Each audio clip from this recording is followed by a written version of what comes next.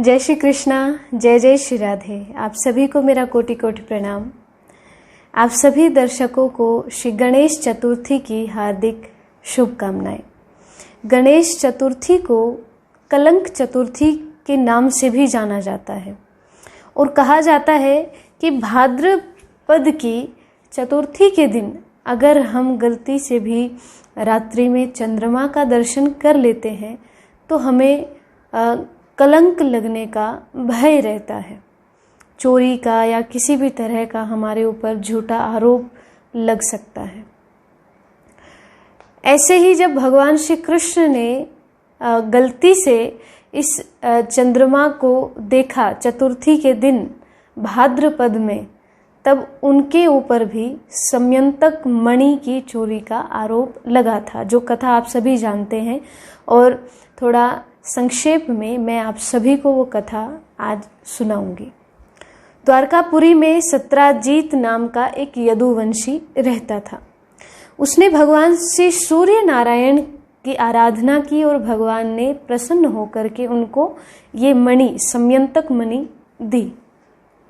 और ये मणि प्रतिदिन 8 भार सोना उस व्यक्ति को देती है जिस व्यक्ति के पास ये होती है। जब भगवान श्री कृष्ण को पता चला कि ऐसे ऐसे सत्राजीत को ये मणि प्राप्त हुई है, तो वो सत्राजीत के पास उस मणि को मांगने आए, क्योंकि राज्य में अगर ऐसी कोई भी बहुमूल्य चीज किसी व्यक्ति के पास होती है तो उसके ऊपर राजा का हक होता है, अधिकार होता है। जब भगवान श्री कृष्ण ने वो मणि मांगी तो सत्राजीत ने मना कर दिया। भगवान श्री कृष्ण वहां से चले गए। सत्राजीत ने अपने भाई प्रसेनजीत को वो मणि दी और वो मणि लेकर के वनों में घूमने के लिए जब गया तो उसके ऊपर एक सिंह ने आक्रमण कर दिया। शेर ने आक्रमण किया तो वो मणि छीन करके ले गया और उसको मार दिया। प्रसेनजीत की मृत्यु हो गई। अनेक दिन बीत गए और जब प्रसेनजीत आया नहीं तो सत्राजीत ने सोचा कि श्री कृष्ण मणि मांगने आए थे और जब मणि नहीं मिली तो उन्होंने मेरे भाई की हत्या कर दी और मणि को चुरा लिया।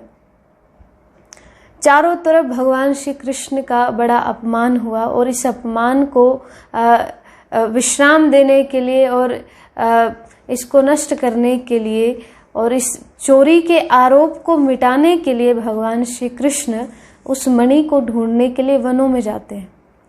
और जब शेर उस मणि को लेकर के जा रहा था तो वहीं पर रीछ राज श्री जामवंत जी आते हैं और उस मणि को शेर से लेकर के चले जाते हैं, शेर को मार देते हैं।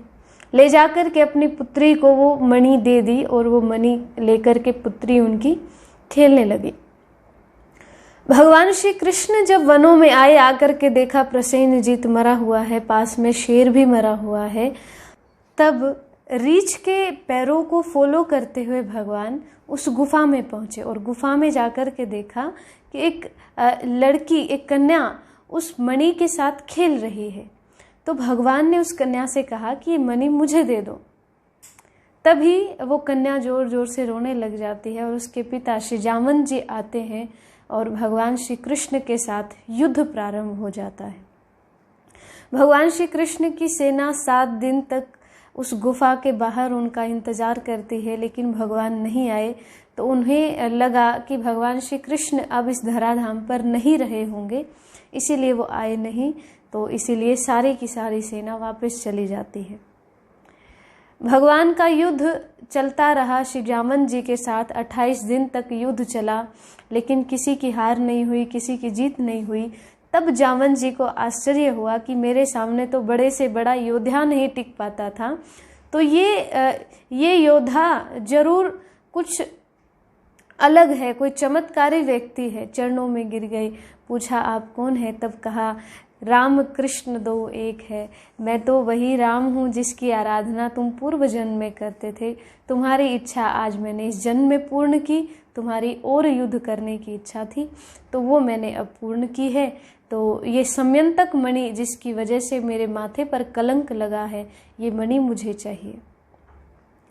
जामवंत जी वो मणि दे देते हैं और अपना प्रायश्चित करने हेतु अपनी पुत्री जामवंती का विवाह भगवान श्री कृष्ण के साथ करा देते हैं।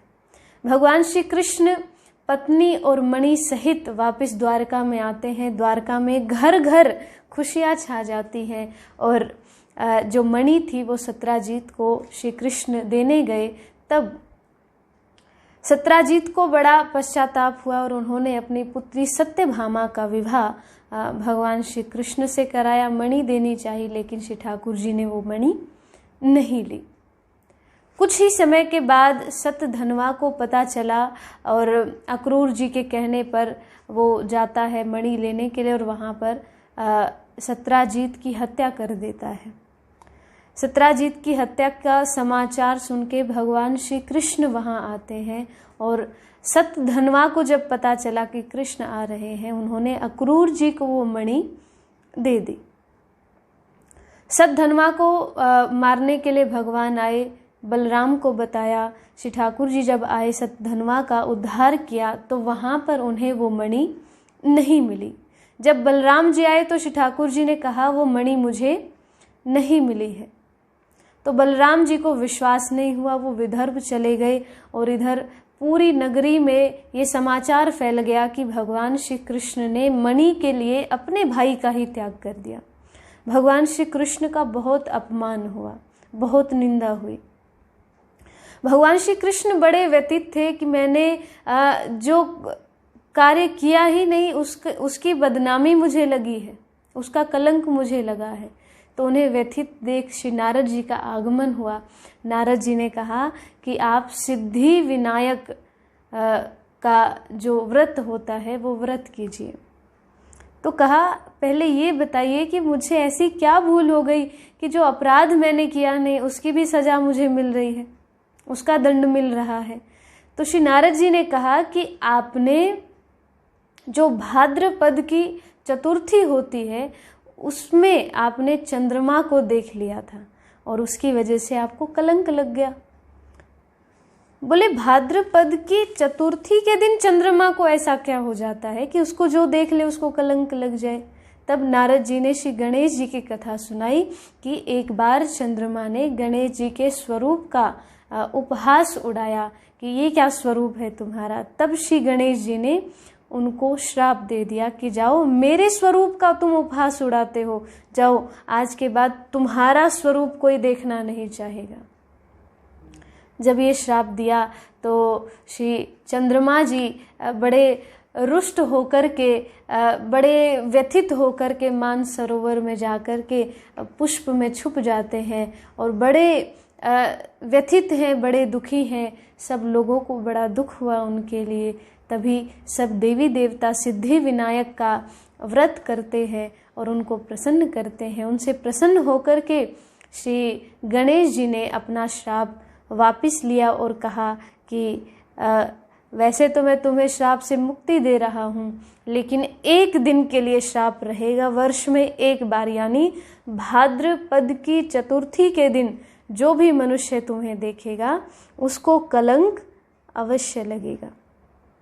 और जो दूज का प्रत्येक दूज पर तुम्हारा दर्शन करेगा वो इस कलंक से बचता रहेगा।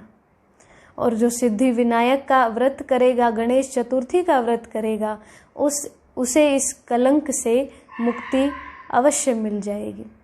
तो ये वरदान भी दिया और इसी व्रत को श्री कृष्ण ने किया जिससे उनका जो कलंक था वो धुल जाता है।